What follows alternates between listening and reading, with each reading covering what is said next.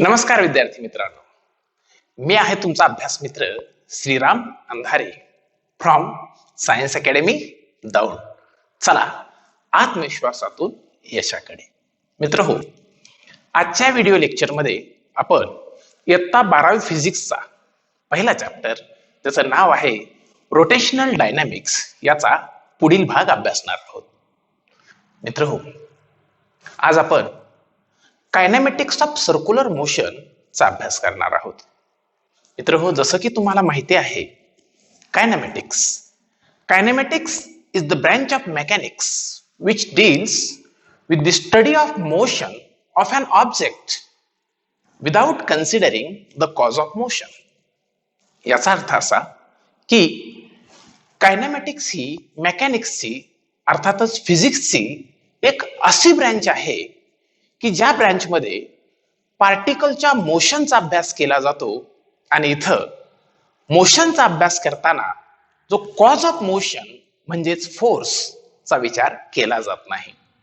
मित्रांनो, कायनेमॅटिक्स of circular motion मध्ये आपण सर्क्युलर मोशनशी संबंधित ज्या कायनेमॅटिकल क्वांटिटीज आहेत त्यांचा अभ्यास करणार आहोत. मित्र हो, जसं की तुम्हाला माहिती आहे, सर्क्युलर मोशन मधील पार्टिकल हा दोन प्रकारच्या मोशन परफॉर्म करत असतो. एक म्हणजे लिनियर मोशन, अर्थातच ट्रान्सलेशनल मोशन, आणि दुसरी म्हणजेच अँग्युलर मोशन, म्हणजेच तुमची रोटेशनल मोशन. मित्र हो, म्हणजे आपण इथं कायनेमॅटिक्स ऑफ सर्क्युलर मोशनचा अभ्यास करताना ट्रान्सलेशनल आणि रोटेशनल या दोन्ही कायनेमॅटिकल क्वांटिटीजचा विचार करणार आहोत. मित्र हो, तुमच्या डोक्यात प्रश्न आला असेल की बाबा या कायनेमॅटिकल क्वांटिटीज कुठच्या? तर मित्रांनो, मी तुम्हाला सांगू इच्छितो, फिजिक्स मध्ये तीन क्वांटिटीजला आपण कायनेमॅटिकल क्वांटिटीज असं म्हणतो. त्यापैकी पहिली म्हणजे डिस्प्लेसमेंट, दुसरी म्हणजे वेलॉसिटी आणि तिसरी म्हणजे ऍक्सेलरेशन. मित्रांनो, याचा अर्थ असा की आपण दोन प्रकारच्या डिस्प्लेसमेंट्स, दोन प्रकारच्या वेलॉसिटीज आणि दोन प्रकारच्या ऍक्सेलरेशनचा विचार करणार आहोत. तर आपण पाहूयात नेमकं हे कोणते कोणते डिस्प्लेसमेंट, वेलॉसिटीज आणि ऍक्सेलरेशन्स आहेत ते. तर आजचा आपला भाग आहे kinematics of circular motion. Kinematics of circular motion. मित्र हो, जसं की आपण आत्ताच बोललो की याच्यामध्ये दोन प्रकारच्या मोशन्सचा समावेश होतो. एक म्हणजे तुमची ट्रान्सलेशनल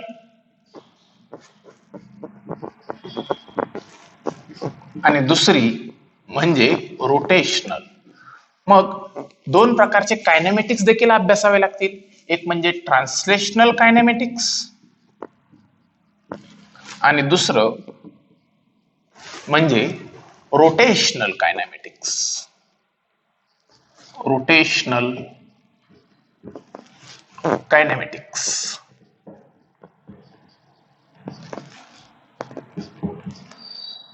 ओके, तर मित्रांनो, आपण इथं दोन प्रकारच्या कायनेमॅटिक्सचा अभ्यास करणार आहोत. एक म्हणजे आपलं फार महत्वाचं असं ट्रान्सलेशनल कायनेमॅटिक आणि दुसरं म्हणजे रोटेशनल कायनेमॅटिक्स.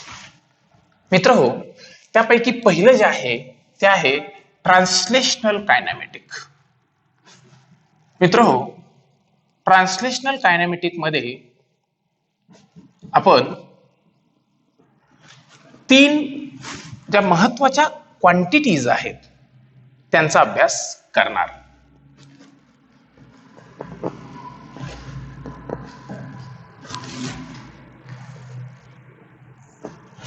त्यापैकी पहिली जी आहे ती म्हणजे ट्रान्सलेशनल डिस्प्लेसमेंट. त्यालाच आपण लिनियर डिस्प्लेसमेंट असं सुद्धा म्हणतो. Linear displacement.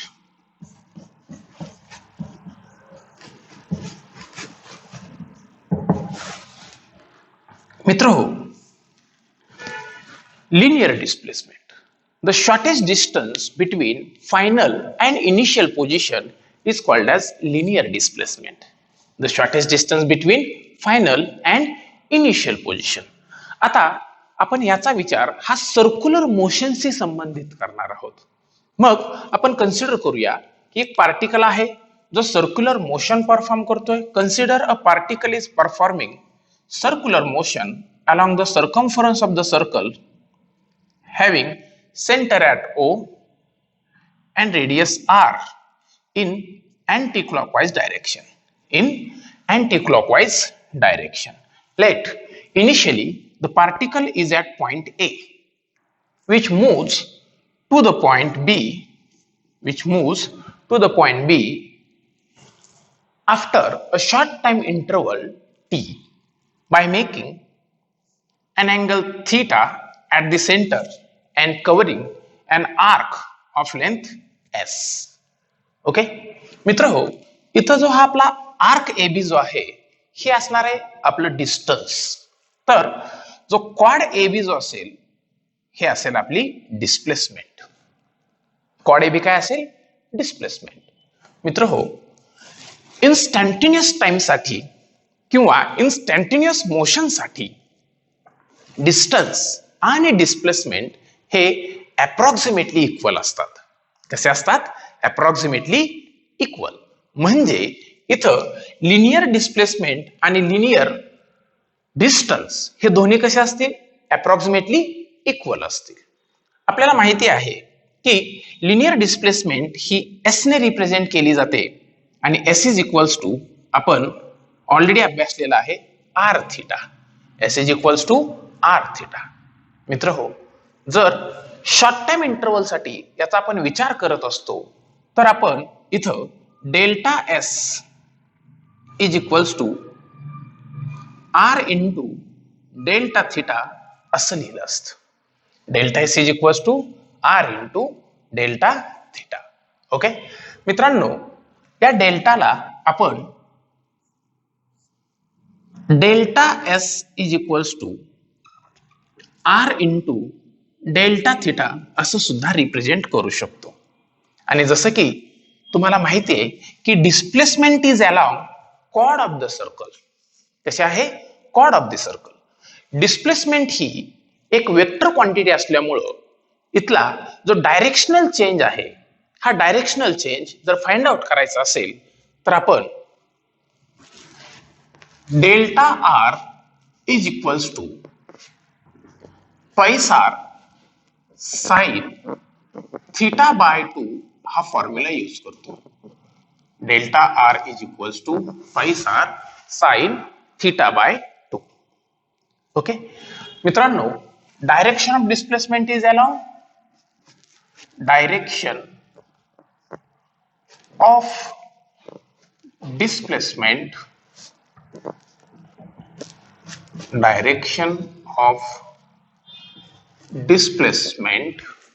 is along chord of the circle. Along the chord of the circle.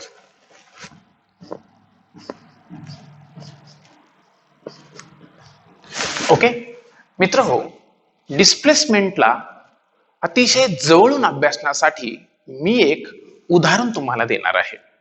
या उदाहरणामधून तुम्हाला डिस्प्लेसमेंट नेमकी कशा प्रकारे असते हे समजून येईल. मित्र हो, हे उदाहरण बऱ्याच मेडिकलच्या तसेच इंजिनिअरिंगच्या एक्झाम मध्ये विचारलं गेलेलं आहे. तर पाहूयात आपण ते उदाहरण. For example,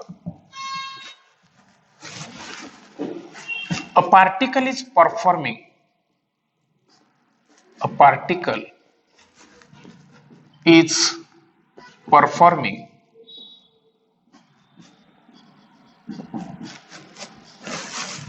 circular motion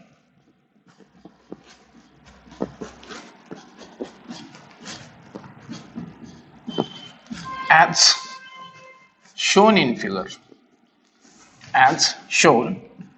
in figure. Find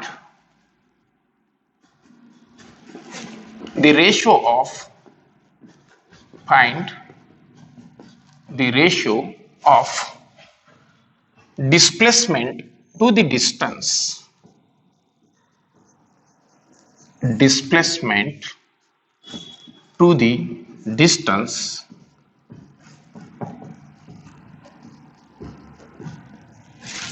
at the points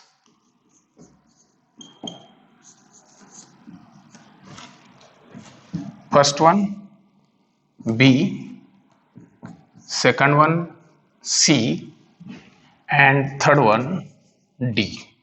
okay, आणि यासाठी एक फिगर आपल्याला दिलेली असते.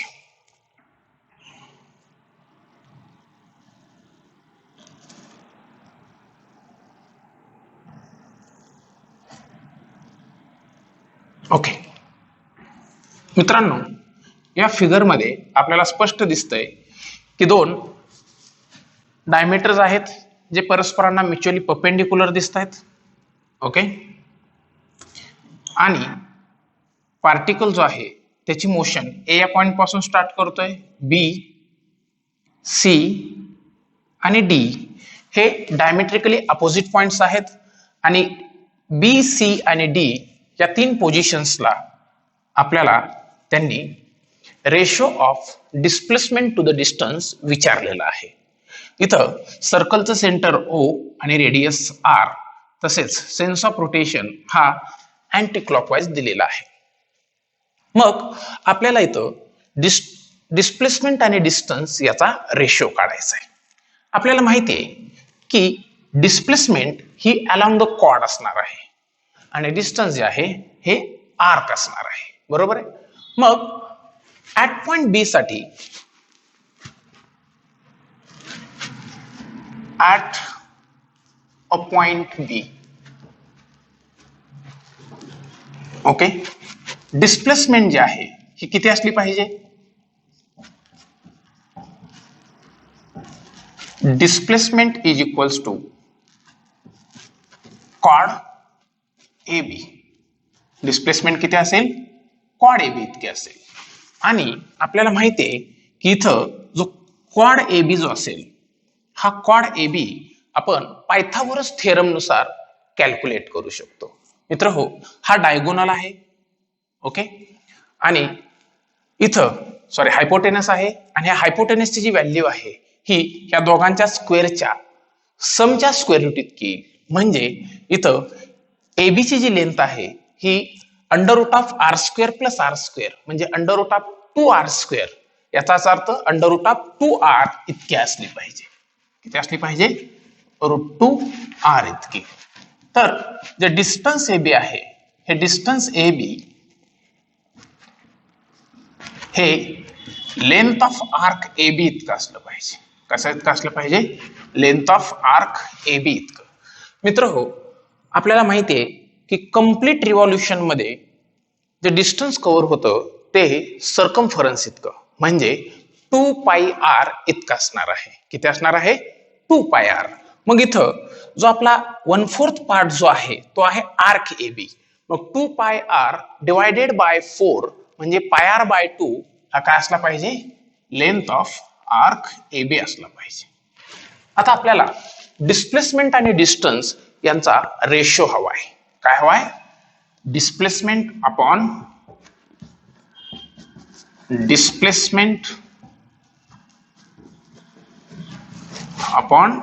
डिस्टन्स हा रेशो. मग डिस्प्लेसमेंट अपॉन डिस्टन्स हा जो रेशो आहे हा √2r डिवायडेड बाय πr/2 असा असेल. इथं सिमिलर क्वांटिटीज r आणि r कॅन्सल होतील आणि मग आपल्याला डिस्प्लेसमेंट अपॉन डिस्टन्स हा जो रेशो आहे हा रेशो 2 हा वरती रेसिप्रोकल होईल. मग 2√2/π असा आन्सर मिळेल. म्हणून आपण इथं म्हणू शकतो therefore displacement to the distance हा जो रेशो आहे हा किती असला पाहिजे? इथं 2√2 as to π. काय असला पाहिजे 2√2 ॲज टू पाय. ओके मित्र हो, सिमिलरली आपण जर सी या पोझिशनचा विचार केला, कुठच्या सी, तर मित्र हो इथं ABC हा जो आर्क आहे, ह्या आर्क ABC हा सर्कम्फरन्सचा हाफ आर्क आहे. किती आहे? हाफ. तर तो किती असला पाहिजे? 2 पाय आरचा हाफ पाय आर. आणि जे डिस्प्लेसमेंट AOC जे आहे, शॉर्टेज डिस्टन्स, हे जे आहे हा आर, आणि इथं सुद्धा रेडियस किती असली पाहिजे? आर. म्हणजे आर प्लस आर, AC किती असेल? ट्वाइस आर असेल. किती असेल? Twice R. हा झाला आपला पहिला point at a point B. Okay, आता आपण फाइंड आउट करूया ऍट अ पॉइंट सी. मित्रांनो, at a point C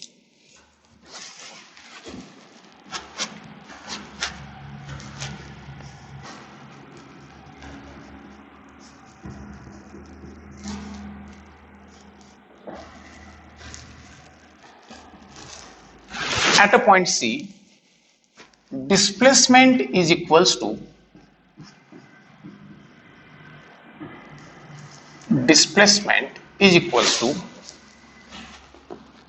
diameter AC, length of AC. Okay, मग लेंथ ऑफ AC हा डायमीटरच्या लेंथ इतका, याचा अर्थ ट्वाइस आर. ओके, आणि जे डिस्टन्स AC आहे, डिस्टन्स जे आहे, हे डिस्टन्स हे लेंथ ऑफ आर्क ABC इतकं असलं पाहिजे. किती असलं पाहिजे? Length of arc ABC. मग लेंथ ऑफ आर्क ABC ची जी व्हॅल्यू आहे ती किती असली पाहिजे? टोटल सर्कम्फरन्सचा हाफ, म्हणजे किती असली पाहिजे? पाई आर. मग आपल्याला डिस्प्लेसमेंट टू द डिस्टन्स हा जो रेशो आहे, डिस्प्लेसमेंट अपॉन डिस्टन्स हा जो रेशो आहे, हा रेशो हा आपला twice R upon pi R, R R cancelled. So displacement to the distance हा जो रेशो आहे, हा रेशो आपल्यासाठी 2:पाय इतका असला पाहिजे. किती असला पाहिजे? 2:पाय. मित्र हो, जर आपण ऍट अ पॉइंट डी विचार केला, कुठचा? ऍट अ पॉइंट डी, तर मित्रांनो ऍट अ पॉइंट डी जे डिस्प्लेसमेंट असेल, shortest distance between final and initial position, हे पुन्हा एकदा √2r येईल. किती येईल? √2r. आणि जो आपला आर्क लेंथ जी आहे ही, हा इथपर्यंत पाय आर, ABC हा पाय आर, आणि इथून हा पाय आर बाय 2, म्हणजे 3πr/2 येईल. किती येईल? 3πr/2. ऍट अ पॉइंट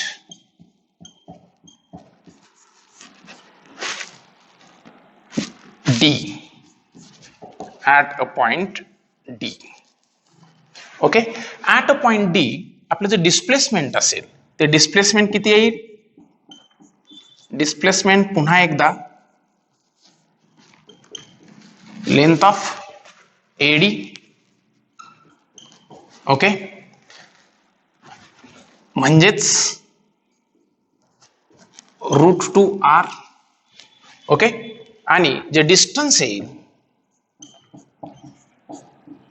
मित्र हो, हे डिस्टन्स असेल लेंथ ऑफ आर्क ACD, ज्याची व्हॅल्यू ही 3πr/2 येईल. किती येईल? 3πr/2 इतकी. ओके, आता मित्रांनो, जर आपण डिस्प्लेसमेंट आणि डिस्टन्स याचा जर रेशो घेतला, तर तो रेशो हा इथं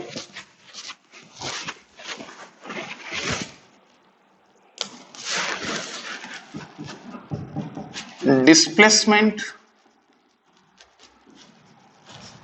अपॉन डिस्टन्स हा जो रेशो आहे, हा रेशो इथं मिळेल root 2r upon 3 pi r by 2. Similar quantities are cancelled, 2 चा reciprocal होऊन जाईल, 2 root 2 upon 3 pi असा आन्सर मिळेल. किती मिळेल? 2 root 2 upon 3 pi. Therefore, displacement is to distance is equals to 2 root 2 is to 3 pi. तर मित्रांनो, अशा प्रकारे आपण डिस्प्लेसमेंट आणि डिस्टन्स याचा रेशो फाइंड आउट करू शकतो. दुसरी फिजिकल क्वांटिटी आहे ती म्हणजे आपली लिनियर वेलॉसिटी. कुठची? Linear velocity. मित्र हो, linear velocity is defined as the rate of change of displacement with respect to time. The rate of change of displacement with respect to time. The rate of change of displacement with respect to time is called as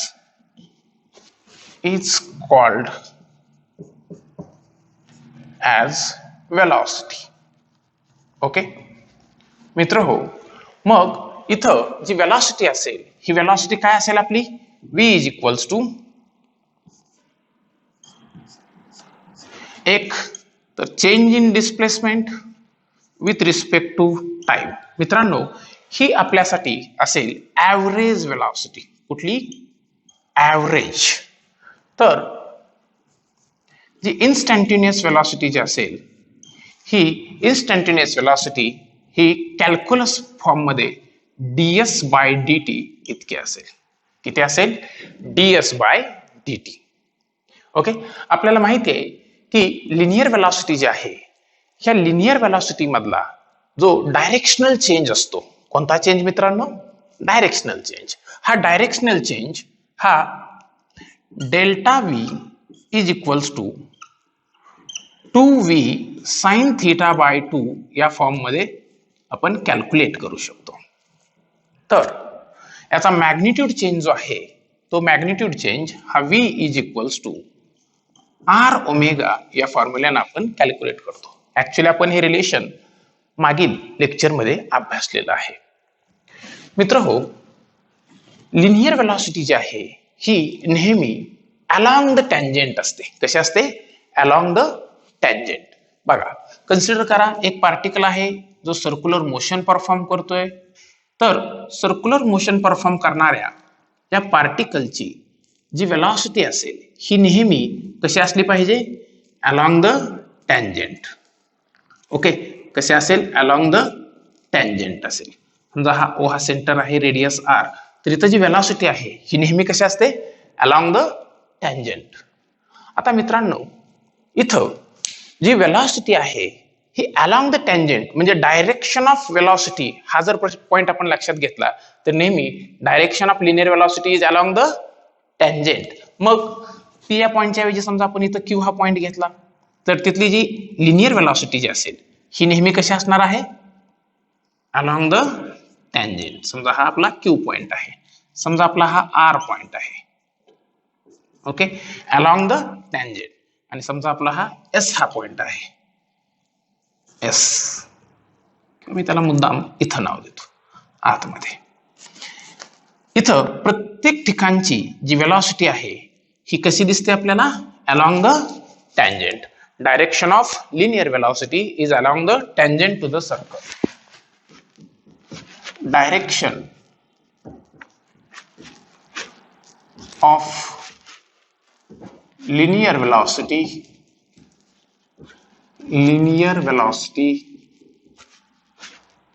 is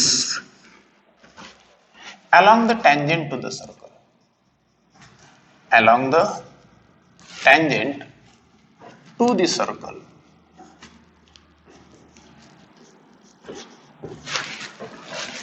To the circle. Okay, आपल्याला वेलॉसिटीचं unit metre पर second हे already माहिती आहे. याचं dimension सुद्धा आपल्याला माहिती आहे. बघा, जर आपण डायमेन्शन ऑफ वेलॉसिटी लक्षात घेतलं तर आपण म्हणतो m0 l1 t raised to -1. मित्र हो, यानंतर जो तिसरा पॉइंट आहे तो म्हणजे अत्यंत महत्वाचा असा पॉइंट म्हणजे ऍक्सेलरेशन. काय आहे? ऍक्सेलरेशन. मित्र हो, ऍक्सेलरेशन पण कसलं? Linear acceleration.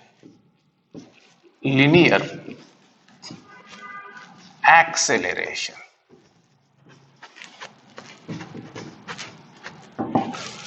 मित्रांनो, ज्या वेळेस एखादा पार्टिकल हा ट्रान्सलेशनल मोशन परफॉर्म करत असतो त्यावेळेस the rate of change of velocity with respect to time is called as acceleration.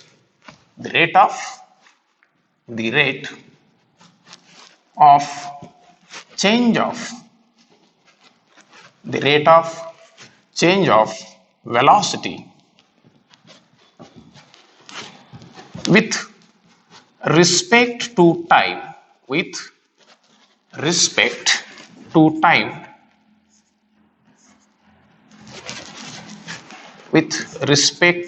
time is called as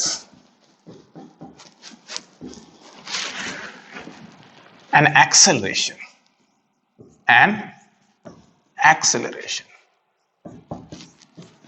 मित्रांनो, ऍक्सेलरेशन जे आहे हे ऍक्सेलरेशन हे दोन प्रकारचं असू शकतं. एक तर ते असेल ऍव्हरेज ऍक्सेलरेशन आणि दुसरं म्हणजे इन्स्टंटेनियस ऍक्सेलरेशन. जर आपण ऍव्हरेज ऍक्सेलरेशन फाइंड आउट करत असू तर AAVG that is average acceleration is equals to change in velocity with respect to change in time. and हे जर instantaneous acceleration असेल, कुठचं? instantaneous, तर हे असेल कॅल्क्युलस फॉर्म मध्ये dv by dt. काय असलं पाहिजे? dv by dt. मित्रांनो, जर आपण ऍक्सेलरेशनचा विचार केला, डायरेक्शन ऑफ ऍक्सेलरेशनचा विचार केला तर ऍक्सेलरेशन हे दोन डायरेक्शननं असू शकतं. कसं ते सांगतो. मित्रांनो, ज्या वेळेस एखादा पार्टिकल हा सर्क्युलर मोशन परफॉर्म करतो त्यावेळेस जो चेंज इन वेलॉसिटी जो आहे हा चेंज इन वेलॉसिटी हा दोन प्रकारचा असला पाहिजे. एक म्हणजे चेंज इन मॅग्निट्यूड आणि दुसरा म्हणजे चेंज इन डायरेक्शन. काय असला पाहिजे? चेंज इन मॅग्निट्यूड आणि change in direction. Change in velocity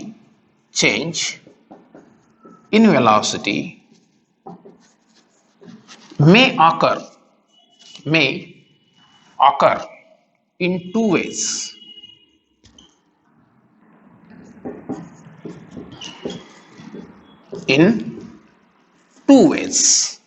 First one, change in magnitude. First one काय असेल? Change in magnitude. ओके, आणि दुसरा जो चेंज असेल हा असेल चेंज इन डायरेक्शन. म्हणजे वेलॉसिटी मध्ये जो चेंज येतो हा चेंज दोन प्रकारचा असू शकतो. पहिला कुठचा? चेंज इन मॅग्निट्यूड आणि दुसरा जो आहे तो चेंज इन डायरेक्शन. मग मित्र हो, चेंज इन मॅग्निट्यूड मुळे जे ऍक्सेलरेशन प्रोड्यूस होतं त्याला आपण म्हणत असतो टँजेन्शियल ऍक्सेलरेशन. कसलं ऍक्सेलरेशन? Tangential acceleration. तर चेंज इन डायरेक्शन मुळे जे ऍक्सेलरेशन प्रोड्यूस होतं त्याला आपण म्हणतो रेडियल किंवा सेंट्रिपिटल ऍक्सेलरेशन. कधी कधी रेडियल किंवा सेंट्रिपिटल ऍक्सेलरेशनलाच आपण नॉर्मल ऍक्सेलरेशन असं सुद्धा म्हणतो. कसलं ऍक्सेलरेशन? Normal acceleration. मित्र हो, आत्ताच आपण बोलल्याप्रमाणे चेंज इन मॅग्निट्यूड जो आहे हा दोन प्रकारचा असतो. एक म्हणजे वेलॉसिटी डिक्रीज होणे आणि दुसरं वेलॉसिटी इनक्रीज होणे. मित्र हो, समजा जर एखादा पार्टिकल हा सर्क्युलर मोशन परफॉर्म करतोय, तर सर्क्युलर मोशन परफॉर्म करणाऱ्या पार्टिकलसाठी जी त्याची वेलॉसिटी जी आहे, ही वेलॉसिटी एक तर इनक्रीज होईल किंवा दुसरं डिक्रीज होईल. समजा इथं आहे वेलॉसिटी v आणि तो पॉइंट आहे p.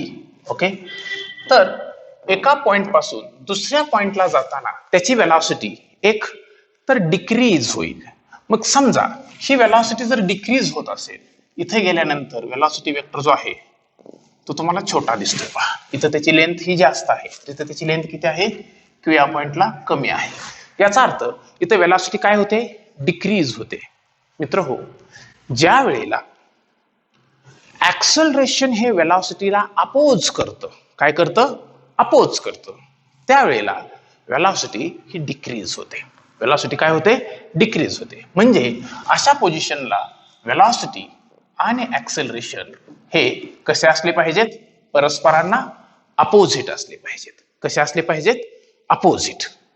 तर ज्या वेळेला वेलॉसिटी ही इनक्रीज होते, वेलॉसिटी काय होते, इनक्रीज. समजा आपण दुसरं एक फार महत्वाची फिगर काढून इथे लगेच समजावून घेऊया की वेलॉसिटी जर इनक्रीज झाली,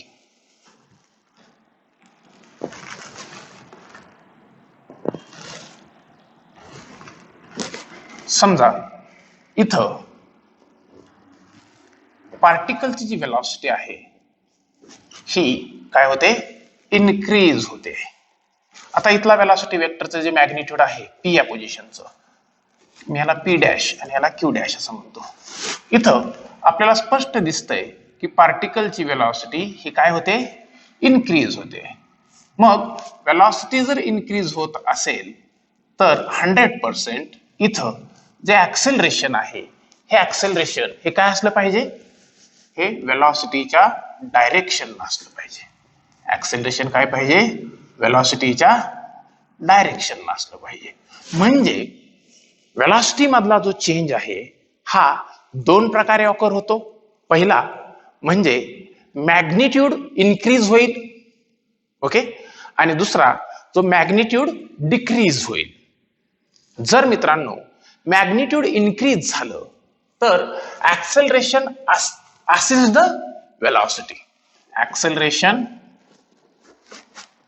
असिस्ट वेलॉसिटी. इथं ऍक्सेलरेशन काय करते, वेलॉसिटीला असिस्ट करते. मग दोघांची डायरेक्शन कशी असणार आहे, इथं सेम असणार आहे. दोघांची डायरेक्शन कशी असणार आहे, सेम असणार आहे. तर जिथं ऍक्सेलरेशन अपोजेस द वेलॉसिटी आहे, ऍक्सेलरेशन अपोजेस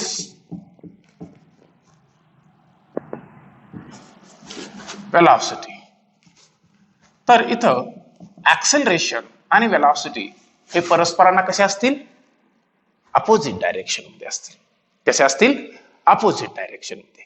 मात्र दोन्ही बाबतीत जे ऍक्सेलरेशन आहे हे कसं आहे, अलॉंग द टँजेंट आहे. कसं आहे, अलॉंग द टँजेंट. म्हणजे डायरेक्शन ऑफ ऍक्सेलरेशन ही कसं आहे, अलॉंग द टँजेंट. पण हे कोणतं ऍक्सेलरेशन आहे मित्रांनो, टँजेन्शियल ऍक्सेलरेशन. टँजेन्शियल ऍक्सेलरेशन जे आहे हे कशामुळे ऑकर होतं, it produces or it occurs due to change in magnitude. कारण वेलॉसिटी ही कुठली क्वांटिटी आहे, vector quantity. Tangential acceleration, tangential acceleration is produced due to change in magnitude. Tangential acceleration is produced due to change in magnitude, due to change in magnitude of velocity, change in magnitude of velocity. Okay, it is always directed along the tangent. It is it is always directed along the tangent of the circle, along the tangent of the circle, tangent of the circle. Okay मित्र हो, आपण relation between linear acceleration and angular acceleration ह्या derivation मध्ये tangential acceleration बद्दल already चर्चा केलेली आहे. आणि हे टँजेन्शियल ऍक्सेलरेशन एटी जे आहे हे a t is equals to R alpha या सूत्रानं मिळवलं जातं. A t is equals to R alpha. Okay मित्र हो, आता हे झालं आपलं टँजेन्शियल ऍक्सेलरेशन. कोणतं? टँजेन्शियल. आणि हे कशामुळं? चेंज इन मॅग्निट्यूड मुळे काय येतं? क्रिएट होतं. ओके, आता वेलॉसिटी ही वेक्टर क्वांटिटी आहे आणि वेलॉसिटी मधला चेंज हा किती प्रकारचा असू शकतो मित्रांनो? दोन प्रकारचा. एक म्हणजे चेंज इन मॅग्निट्यूड जे आपण आत्ताच पाहिलं, आणि दुसरा म्हणजे चेंज इन डायरेक्शन. काय असतो दुसरा? Change in direction. Change in direction पाहण्याच्या अगोदर मी तुम्हाला अजून एक गोष्ट टँजेन्शियल ऍक्सेलरेशन बद्दल सांगणार आहे. ती म्हणजे हे टँजेन्शियल ऍक्सेलरेशन जे आहे हे मित्रांनो केवळ आणि केवळ मॅग्निट्यूड मधल्या चेंज मुळे प्रोड्यूस होतं. मॅग्निट्यूड मधल्या चेंज मुळे. आणि सगळ्यात महत्वाचं याचं जे एसआय युनिट आहे ते काय आहे? ही एक लिनियर क्वांटिटी आहे. कसली? लिनियर. त्यामुळं एसआय युनिट जे आहे याचं ते आहे मीटर पर सेकंड स्क्वेअर. काय आहे? मीटर पर सेकंड स्क्वेअर. तर याचं जे डायमेन्शन आहे ते डायमेन्शन मित्र हो m0 L1 t raise to -2 असं आहे. काय आहे? m0 L1 t raise to -2. Okay मित्र हो, जर आपण याला वेक्टर फॉर्म मध्ये लिहिलं इन वेक्टर तर आपण याला vector at is equals to vector alpha cross vector r असं लिहितो. ओके, आणि हे जे टँजेन्शियल ऍक्सेलरेशन आहे ह्याची डायरेक्शन मी तुम्हाला मागाशी सांगितली, इथं मी फिगर मध्ये दाखवून सुद्धा दिलेली आहे. ही अलॉंग काय असते? टँजेंट असते. कशी असते? Along the tangent to the circle. मित्र हो, यानंतरचं जे ऍक्सेलरेशन आहे ते म्हणजे रेडियल ऍक्सेलरेशन, की जे डायरेक्शन मधील चेंज मुळे क्रिएट होतं. रेडियल ऍक्सेलरेशन हे कशामुळं? Directional change.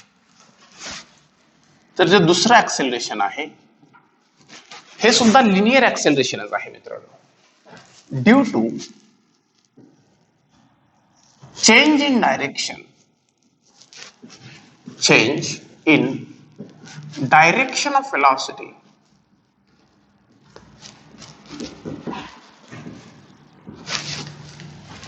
linear velocity, radial acceleration is produced. Radial acceleration is produced. मित्र हो, हे जे रेडियल ऍक्सेलरेशन असतं यालाच आपण सेंट्रीपिटल ऍक्सेलरेशन असं सुद्धा म्हणतो. आणि हे ऍक्सेलरेशन हे नेहमी अलॉंग द रेडियस आणि towards the centre of the circle direct झालेलं असतं. अलॉंग द रेडियस आणि towards the centre of the circle.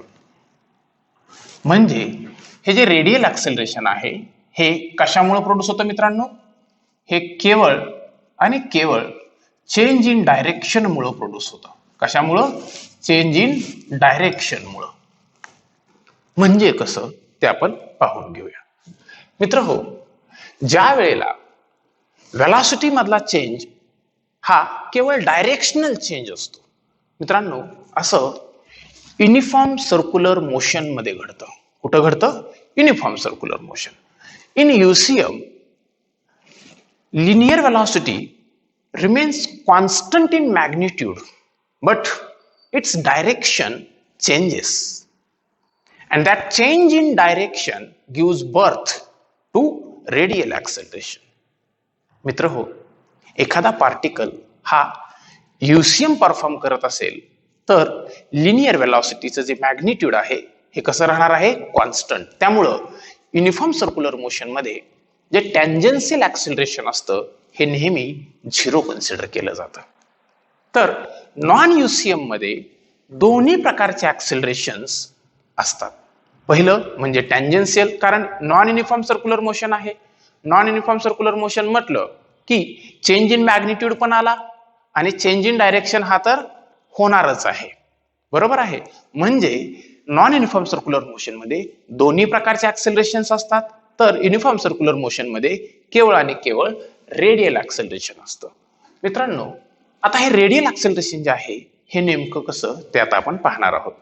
मित्र हो, कन्सिडर करा पी या पोझिशनला, कुठच्या पोझिशनला, पी या पोझिशनला पार्टिकलची जी वेलॉसिटी आहे ती आहे v. आता आपण इथं मगाशी बोलल्याप्रमाणे ही एक युनिफॉर्म सर्क्युलर मोशन आहे. कुठची? Uniform circular motion. समजा पार्टिकल p या पोझिशन पासून q या पोझिशनला मूव्ह झाला. कुठच्या? q. इथं सुद्धा जे मॅग्निट्यूड ऑफ वेलॉसिटी असेल हे कसं असलं पाहिजे, सेम असलं पाहिजे. मॅग्निट्यूड कसं आहे, सेम आहे, v इतकं आहे. ओके मित्र हो, आता इथं जो डायरेक्शनल चेंज जो आहे तो डायरेक्शनल चेंज आपण दुसऱ्या प्रकारे दाखवून देऊ. समजा मी म्हटलं आपल्याला जॉमेट्री व्यवस्थित कळावी म्हणून मी एक वेगळी फिगर ड्रॉ करतो जेणेकरून तुम्हाला सहज जॉमेट्री समजून येईल. इथं जी वेलॉसिटी आहे, वेलॉसिटीचं जे मॅग्निट्यूड आहे ते वेलॉसिटीचं मॅग्निट्यूड आहे आपलं v इतकं. ओके, आपला हा पॉइंट आहे p. पार्टिकल जो आहे हा q या पोझिशनला मूव्ह झालाय. इथं मॅग्निट्यूड जे आहे ते पुन्हा एकदा v, कारण युनिफॉर्म सर्क्युलर मोशन आहे. ओके, समजा p पासून q या पोझिशनला मूव्ह होताना इथं जो अँगल झालेला आहे तो व्हेरी शॉर्ट टाइम इंटरव्हल मध्ये असल्यामुळं आपण त्याला डेल्टा थिटा म्हणूया. काय म्हणूया? Delta theta. म्हणजे इथला जो अँगल असेल हा किती असेल? Delta theta. आता मी इथे फार महत्वाचं असं कन्स्ट्रक्शन करणार आहे. मित्र हो, समजा हा आपला आर्क आहे. ओके, तर मित्रांनो मी इथं जर हा वेक्टर v जो आहे हा इथं एक पॅरलल वेक्टर ड्रॉ केला, त्याचं मॅग्निट्यूड हे p या पोझिशनच्या मॅग्निट्यूड इतकंच आहे आणि तो ह्या p या पोझिशनचा जो वेक्टर आहे याला हा वेक्टर हा पॅरलल आहे. ओके, आता मला सांगा इथं जो चेंज जो असेल हा चेंज असेल, चेंज इन वेक्टर हा डायरेक्शनल चेंज असेल. कुठला चेंज असेल? डायरेक्शनल, कारण मॅग्निट्यूड तर सेम आहे दोन्हींचं. याचाही वेलॉसिटी किती आहे v, याची वेलॉसिटी v. ओके, आता मला सांगा p पासून q ला पार्टिकल ज्यावेळेस मूव्ह झाला त्यावेळेस जेवढा अँगल झालेला असेल अगदी तेवढाच अँगल इथं सुद्धा झालेला असेल, म्हणजे किती? Delta theta. ओके, मग इथला जो चेंज जो आहे हा असेल delta v, change in direction. बरोबर आहे. तर हा जो डेल्टा v असतो मित्रांनो, जसं s is equal to r theta असतं तसं इथं आता मला सांगा इथं s इज इक्वल टू काय झाला असता? हा r इंटू डेल्टा थिटा झाला असता. म्हणजे डेल्टा s किती असता? As time interval is very short, time interval is very short, but delta t tends to 0. That is, time interval is very short but it is not equals to 0. Delta s is equals to r into delta theta. Delta s is equals to r into delta theta. हा एक general formula आहे. Similarly,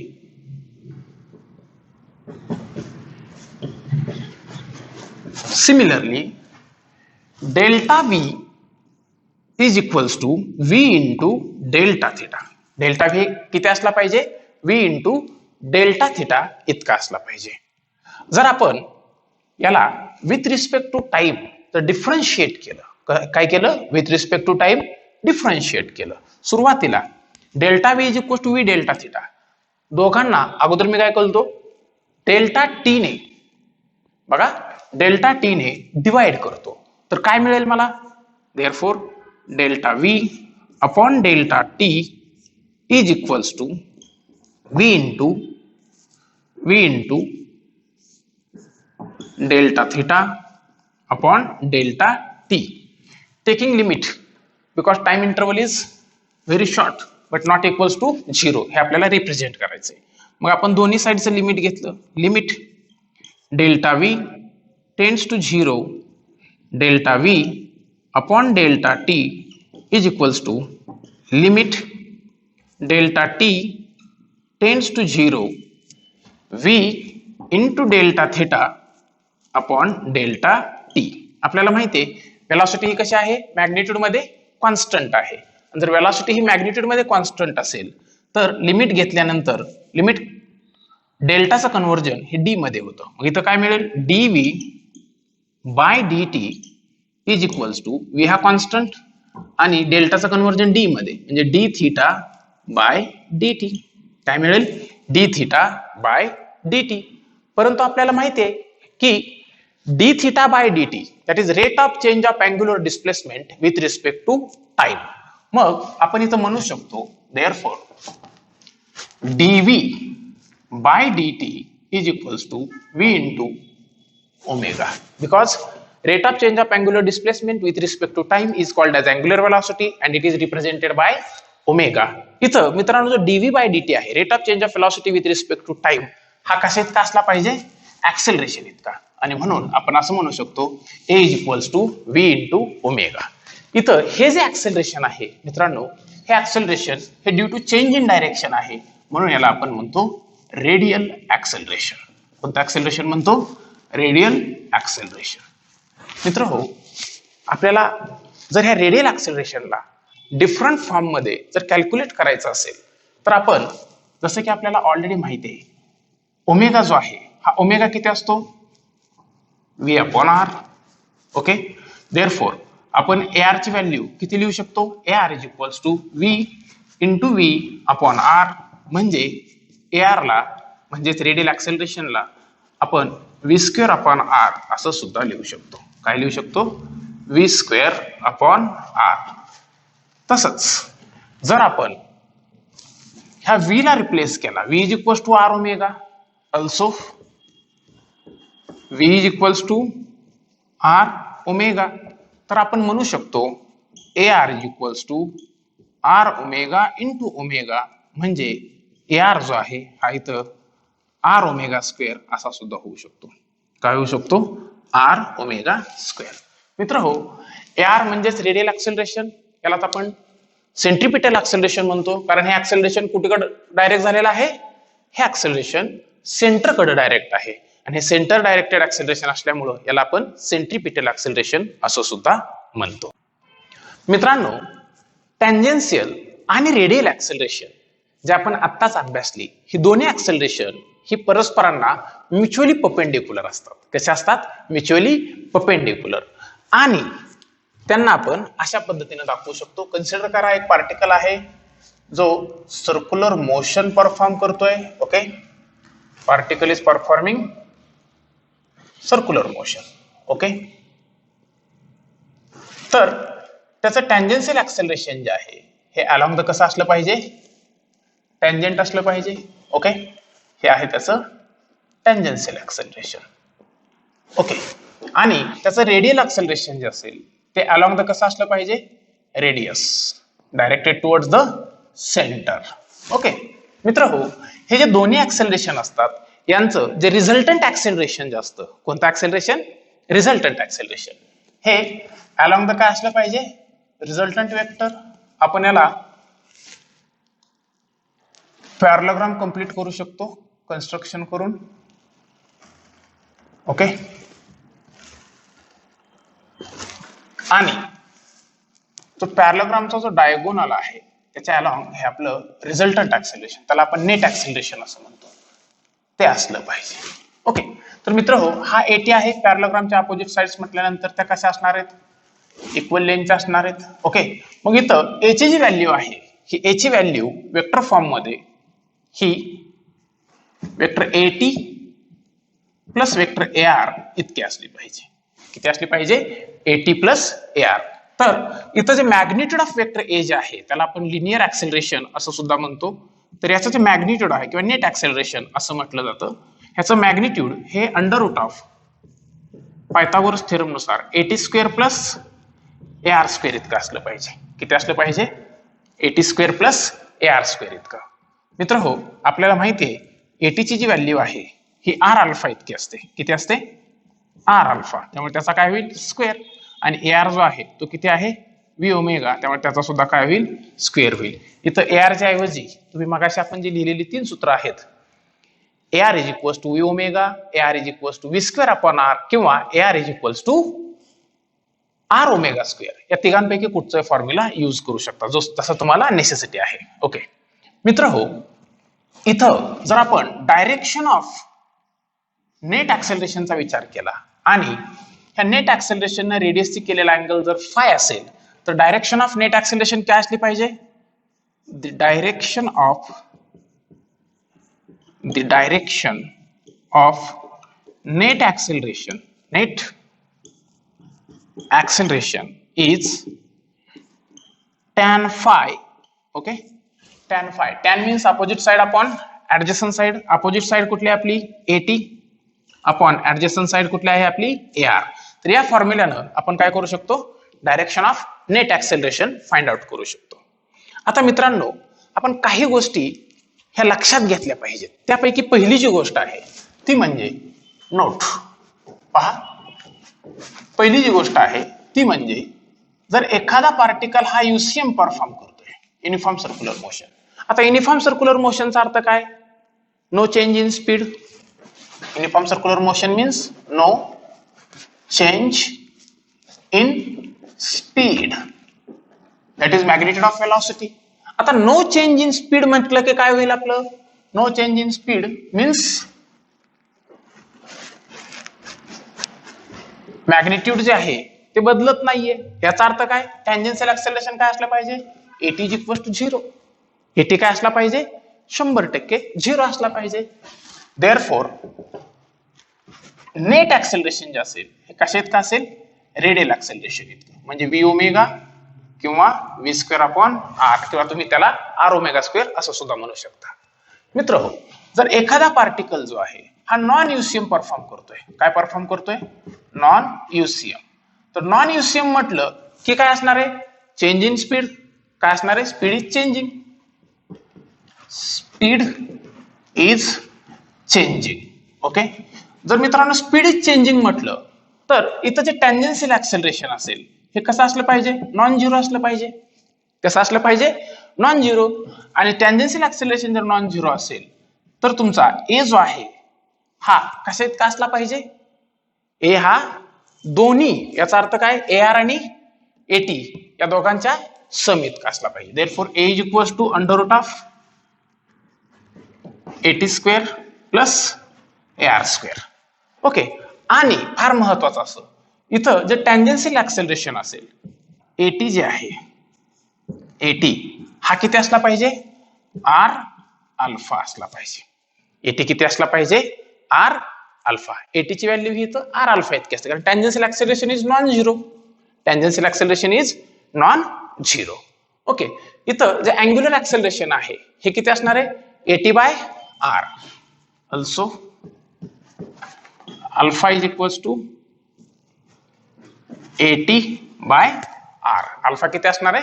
AT by R इतका. दुसरी जी महत्वाची गोष्ट आहे मित्रांनो, जर पार्टिकल जो आहे हा पार्टिकल हा कर्व्हिलिनियर मोशन परफॉर्म करत असेल. काय करत असेल? कर्व्हिलिनियर. पार्टिकल इज परफॉर्मिंग, अगोदर आपण ट्रान्सलेशनल, दुसरा जो महत्वाचा मुद्दा आहे तो जर पार्टिकल जो आहे हा जर ट्रान्सलेशनल मोशन परफॉर्म करत असेल. काय परफॉर्म करत असेल? ट्रान्सलेशनल. ट्रान्सलेशनल मोशन म्हटलं की no change in direction. No change in direction. No change in direction. No change in direction म्हटलं किंवा आपण काय म्हणणार? Radial acceleration must be equals to 0. Radial acceleration कशा इतकं असलं पाहिजे, 0 इतकं असलं पाहिजे. रेडियल ऍक्सेलरेशन जर 0 आहे, फार महत्वाची गोष्ट मित्रांनो, रेडियल ऍक्सेलरेशन जर 0 असेल तर अँग्युलर व्हेलॉसिटी काय असली पाहिजे, ती सुद्धा omega is also equals to 0. Okay, जसं इथं आपण पाहिलं पहा, तर टँजेन्शियल ऍक्सेलरेशन 0 असेल तर ए हा AR v omega v square upon r. अजून आपण इथे एक मुद्दा वाढवू शकतो, तो असा की जो अल्फा आहे तो सुद्धा काय असला पाहिजे, अल्सो अल्फा जो आहे तो सुद्धा किती असला पाहिजे, इथं 0 असला पाहिजे. सिमिलरली ट्रान्सलेशनल मोशन म्हटले की no change in direction, AR is equal to 0, omega is equal to 0. Okay, पुढची महत्वाची गोष्ट, जर कर्व्हिलिनियर मोशन असेल, कुठची, कर्व्हिलिनियर मोशन म्हटलं, कर्व्हिलिनियरलाच आपण सर्क्युलर मोशन असं सुद्धा म्हणतो. Curvilinear motion means change in direction is changing, change in direction, किंवा आपण त्याला आपण म्हणतो direction is changing. Okay, direction is changing. मग डायरेक्शन जर चेंज होत असेल तर याचा अर्थ काय, 100% इथं रेडियल ऍक्सेलरेशन होत असलं पाहिजे. Radial acceleration is non zero. Radial acceleration कसं असेल, नॉन झिरो असेल. आणि इथं ते नेट ऍक्सेलरेशन जे असेल, हे नेट ऍक्सेलरेशन हे कशा इतकं असलं पाहिजे, पुन्हा एकदा पहा. आता याच्यामध्ये कर्व्हिलिनियर मोशन मध्ये पुन्हा 2 प्रकारचे मोशन आहेत, एक म्हणजे युसीएम आणि दुसरी म्हणजे नॉन युसीएम. मग या दोन्ही प्रकारे तिथं बदल होऊ शकतो. मग डायरेक्शन इज चेंजिंग म्हणजे AR is not equals to 0. मग इथं ओमेगा किती असेल, कारण आपल्याला माहिती आहे AR is equals to R omega square. Omega is equals to आपण इथं under root of AR upon R लिहू शकतो, किंवा omega is equals to AR upon V असं सुद्धा लिहू शकतो. म्हणजे कर्व्हिलिनियर मोशन म्हटलं की direction is changing, AR is non zero, AR is non zero. आणि इथं जर आपण ट्रान्सलेशनल मोशन म्हटलं तर AR is equals to 0. Okay मित्र हो, जर आपण या 4 मुद्द्यांना जर MCQच्या दृष्टिकोनातून जर लक्षात घेतलं तर इथं आपण अजून काही महत्वाच्या गोष्टींची नोंद करू शकतो. इम्पॉर्टंट पॉइंट्स, त्यापैकी पहिला जो मुद्दा आहे तो म्हणजे if AT is equal to 0 तर याचा अर्थ speed is constant, speed is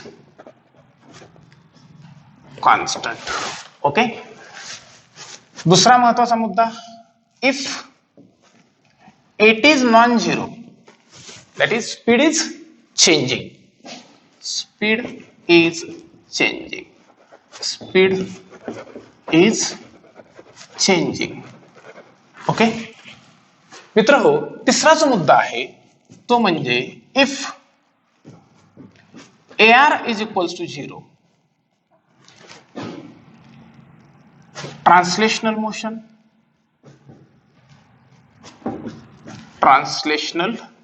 motion.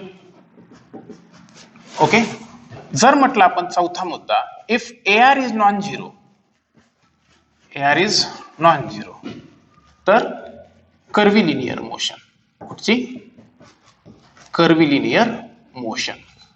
मग मी या चारींचं कॉम्बिनेशन करून जर तुम्हाला काही गोष्टी विचारल्या तर तुम्ही काय म्हणाल, पहा ह्या सुद्धा फार महत्वाच्या गोष्टी आहेत. MCQ साठी हे फार महत्वाचं आहे.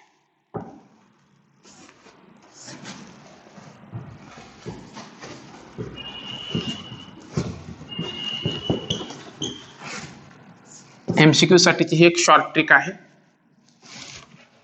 हे तुमचे एक बरेच मुद्दे क्लिअर करून देणार आहे. पहिला जो मुद्दा आहे तो असा, if AT is equals to 0,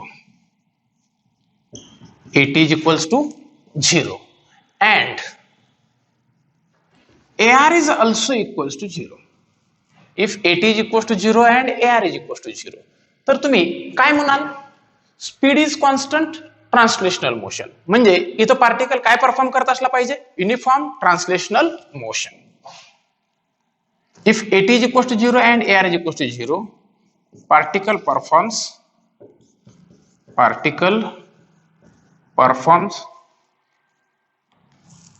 uniform translational motion.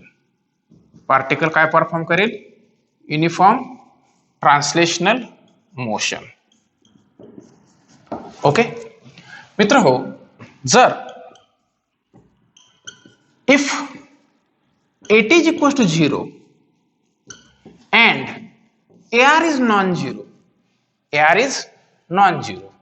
आता at is equals to 0 म्हटलं की speed is constant and ar is non-zero म्हणजे कर्व्हिलिनियर मोशन. म्हणजे इथं पार्टिकल जो आहे तो काय परफॉर्म करत असला पाहिजे? आता पहा, ar is non-zero याचा अर्थ पार्टिकल काय करतोय? कर्व्हिलिनियर मोशन परफॉर्म करतोय आणि स्पीड कसा आहे? कॉन्स्टंट आहे. म्हणजे हा कोणाचा फॉर्म्युला झाला? Particle is performing uniform circular motion. Particle performs UCM. Particle काय करतोय? UCM परफॉर्म करतोय. मित्रांनो, जर आता आपण तिसरा मुद्दा लक्षात घेतला, तो तिसरा मुद्दा आपला असा आहे की जर AT is non-zero and AR is equals to 0. AT कसा आहे आपला? नॉन झिरो आहे आणि AR कसा आहे? 0. आता AT is non-zero म्हणजे काय? Particle is performing non uniform motion. Okay, आणि AR is 0 याचा अर्थ काय? Translational motion. Particle performs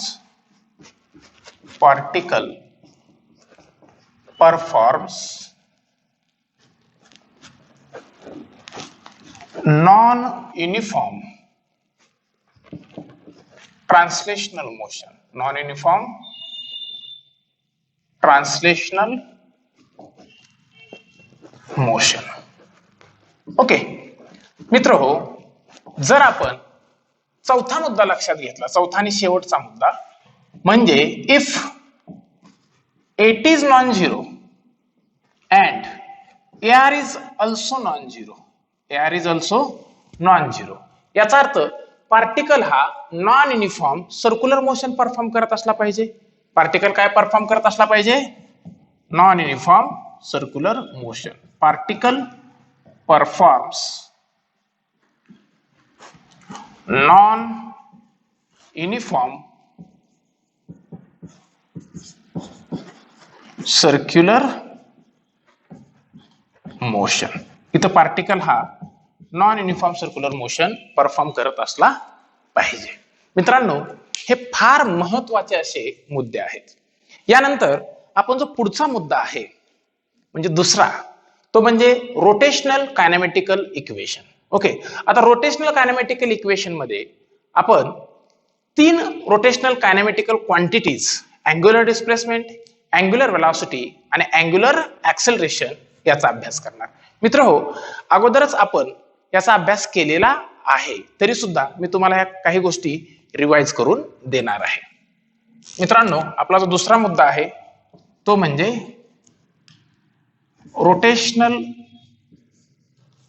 rotational कायनेमॅटिक्स. Okay मित्रहो, रोटेशनल कायनेमॅटिक्स मध्ये 3 क्वांटिटीज आपण लक्षात घेणार आहोत. त्यापैकी पहिली म्हणजे अँग्युलर डिस्प्लेसमेंट. मित्रहो, angular displacement, angular velocity, angular acceleration आणि रेडियल ऍक्सेलरेशनच्या संदर्भात मी एक व्हिडिओ बनवलेला आहे, तो तुम्ही ऑलरेडी पाहिलेला असेल असं मी गृहीत धरतोय. जर पाहिला नसेल तर तो तुम्ही पाहून घ्या. मित्रांनो, angular displacement is an angle traced by radius vector at the center of the circle performing circular motion. Angular displacement जे आहे, ही angular displacement ही थिटा किंवा डेल्टा थिटाने रिप्रेझेंट केली जाते आणि delta theta is equals to delta s upon r हा त्याचा फॉर्म्युला आहे. आता मित्रांनो, अँग्युलर डिस्प्लेसमेंट जे आहे, ह्या अँग्युलर डिस्प्लेसमेंटचं जे SI युनिट आहे ते आहे रेडियन आणि याचं डायमेन्शन हे m0 l0 t0 असं आहे, कारण ही एक डायमेन्शन लेस क्वांटिटी आहे. आता ही डायमेन्शन लेस क्वांटिटी का आहे? तर ही 2 सिमिलर क्वांटिटीजचा रेशो आहे. बरोबर आहे. आता मित्रांनो, जे डायरेक्शन ऑफ अँग्युलर डिस्प्लेसमेंट असते ती तुम्हाला माहितीच आहे, राईट हँडेड स्क्रू रूल किंवा राईट हँड थंब रूलने दिली जाते. ओके, आता मित्रांनो, इथं जो महत्वाचा जो मुद्दा आहे अँग्युलर डिस्प्लेसमेंटशी संबंधित, तो म्हणजे हा की ज्या वेळेस एखादा पार्टिकल हा सर्क्युलर मोशन परफॉर्म करत असतो त्यावेळेला जर आपल्याला नंबर ऑफ रिव्हॉल्युशन्स परफॉर्म किती नंबर ऑफ रिव्हॉल्युशन्स परफॉर्म झाल्या हे जर फाइंड आउट करायचं असेल तर आपण number of revolutions is equals to angle traced that is theta upon 2π असा फॉर्म्युला यूज करतो. म्हणजे आपण म्हणू शकतो नंबर ऑफ रिव्हॉल्युशन जर आपण कॅपिटल एन ने रिप्रेझेंट केल्या तर N is equals to theta upon 2π असा आपला फॉर्म्युला तयार होईल. नंबर ऑफ रिव्हॉल्युशन्स काय थीटा अपॉन 2π. ओके. जी दुसरी क्वांटिटी जी आहे मित्रांनो ती म्हणजे अँग्युलर वेलॉसिटी. कुठची? Angular velocity. आपल्याला ऑलरेडी माहिती आहे angular velocity is represented by omega, okay, and it is defined as the rate of change of angular displacement with respect to time. मित्रांनो angular velocity ह्या दोन प्रकारच्या असतात. एक म्हणजे average angular velocity. average angular velocity चा जो formula आहे तो म्हणजे delta theta upon delta T, याला आपण फायनाइट अँग्युलर वेलॉसिटी असं म्हणतो. आणि याचा फॉर्म्युला हा theta 2 minus theta 1 upon T2 minus T1 असा असतो. ओके. तर जी आपली दुसरी अँग्युलर वेलॉसिटी जी आहे ते असणार आहे आपली इन्स्टंटेनियस. ओके. तर इन्स्टंटेनियस अँग्युलर वेलॉसिटी जी आहे ती आपण D theta by d T ने देतो. ओके. म्हणजे तिथं आपण डिफरन्शिएशनचा वापर करत असतो.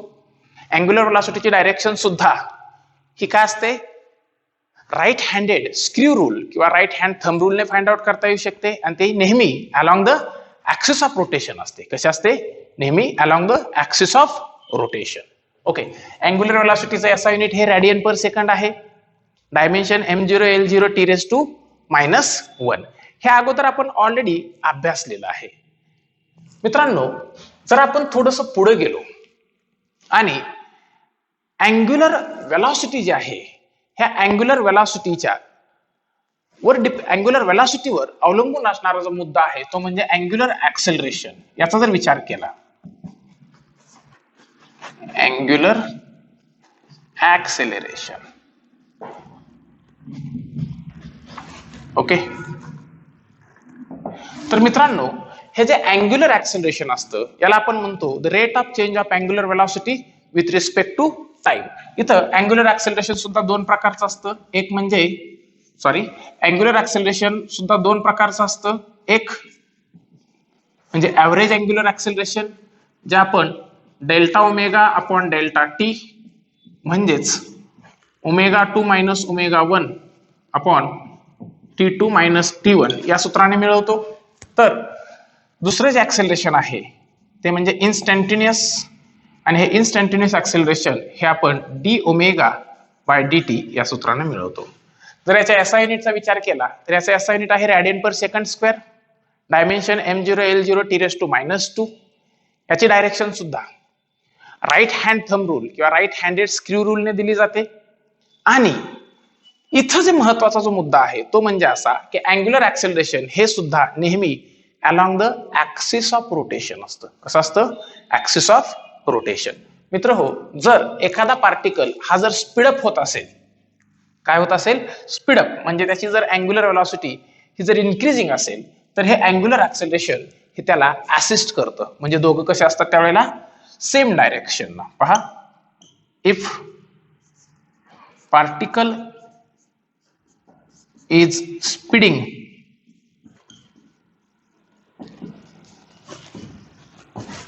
okay, then both omega and alpha are in same direction,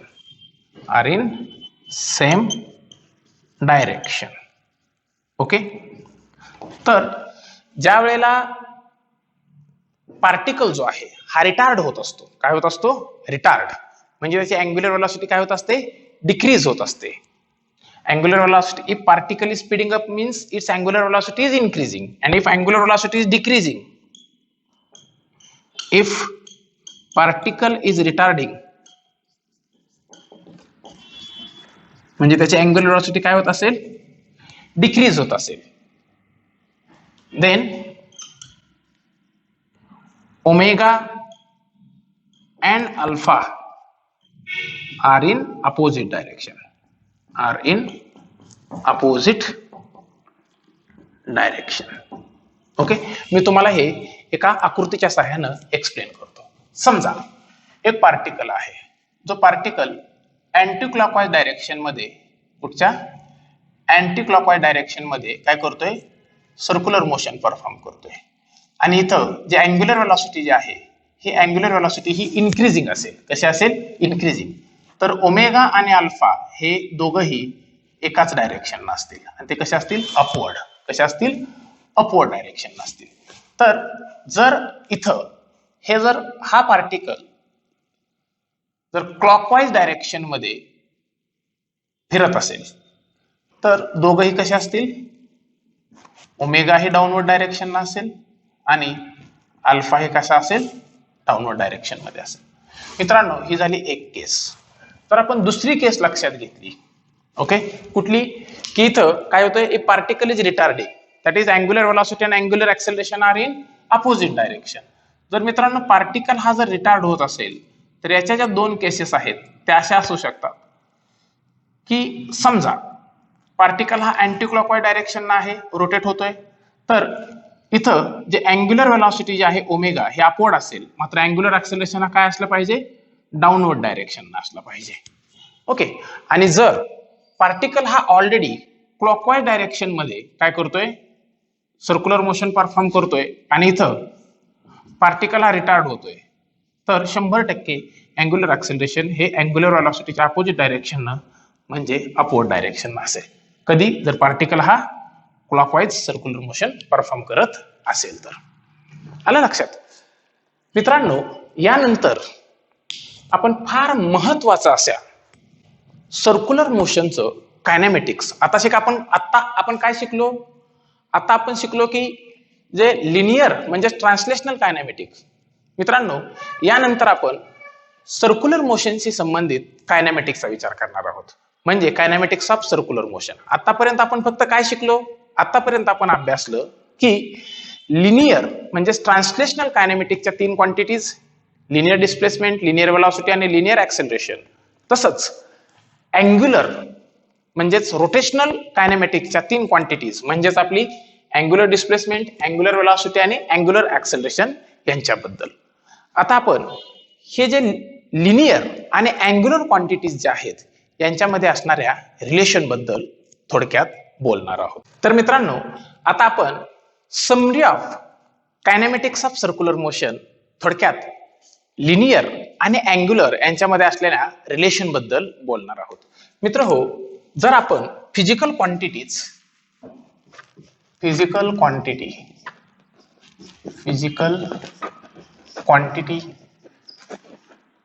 okay, translational motion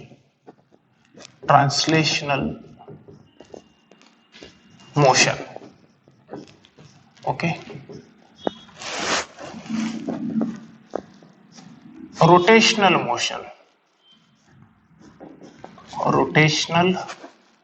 motion okay, या दोघींमध्ये असणारं रिलेशन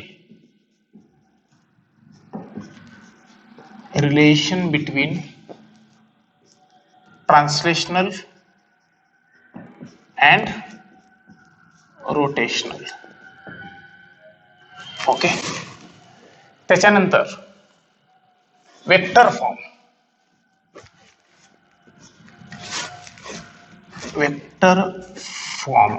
ऑफ रिलेशन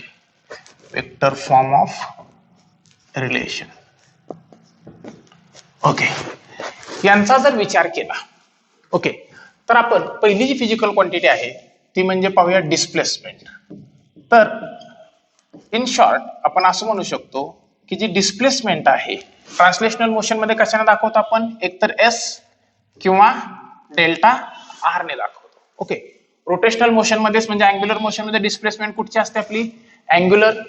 या दोघांमध्ये असणारं जे रिलेशन आहे हे रिलेशन काय आहे आपलं, S is equals to R theta okay. आणि याचा जर वेक्टर फॉर्म लिहिला तर आपण त्याला delta S is equals to or S is equals to vector theta cross vector R असं लिहितो. कसं लिहितो, vector S is equals to vector theta cross vector R. जर दुसरी क्वांटिटी आपण लक्षात घेतली ती म्हणजे वेलॉसिटी. तर वेलॉसिटीच्या बाबतीत आपण वेलॉसिटी ट्रान्सलेशनल मोशन मध्ये कशाने दाखवतो? व्ही ने, रोटेशनल मोशन मध्ये ओमेगाने, आणि या दोघांमध्ये असणारे रिलेशन जे आहे ते आहे v is equals to R omega. Relation काय आहे? V is equals to R omega.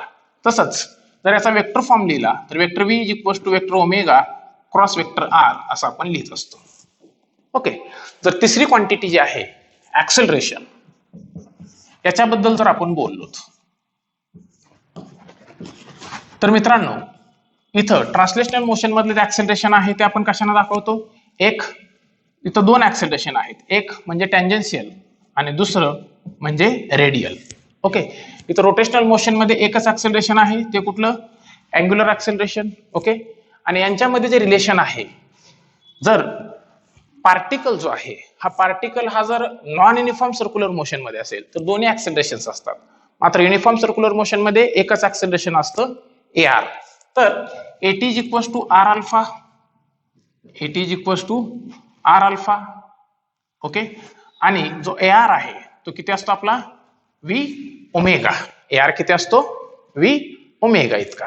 मित्रांनो जर आपण याला वेक्टर फॉर्म मध्ये लिहिला तर vector AT is equals to vector alpha cross vector R असं आपण लिहितो. काय लिहितो? Vector AT is equals to vector alpha cross vector R. बरोबर आहे.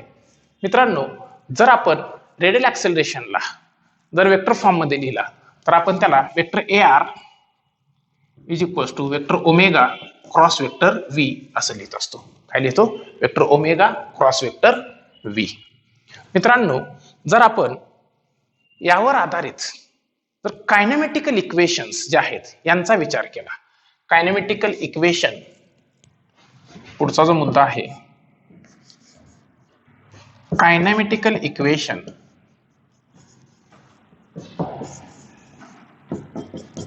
इक्वेशन्स. ओके. तर मित्र हो, यांच्यामध्ये असणारी कायनेमॅटिकल इक्वेशन म्हणजे दोन प्रकारचे कायनेमॅटिकल इक्वेशन आपल्याला लक्षात घ्यावे लागतील. एक म्हणजे लिनियर आणि दुसरं म्हणजेच सर्क्युलर मोशन मध्ये येणारं अँग्युलर. ओके. तर लिनियर कायनेमॅटिकल इक्वेशन्स कोणते कोणते आहेत आपले? Linear kinematical equations. ओके.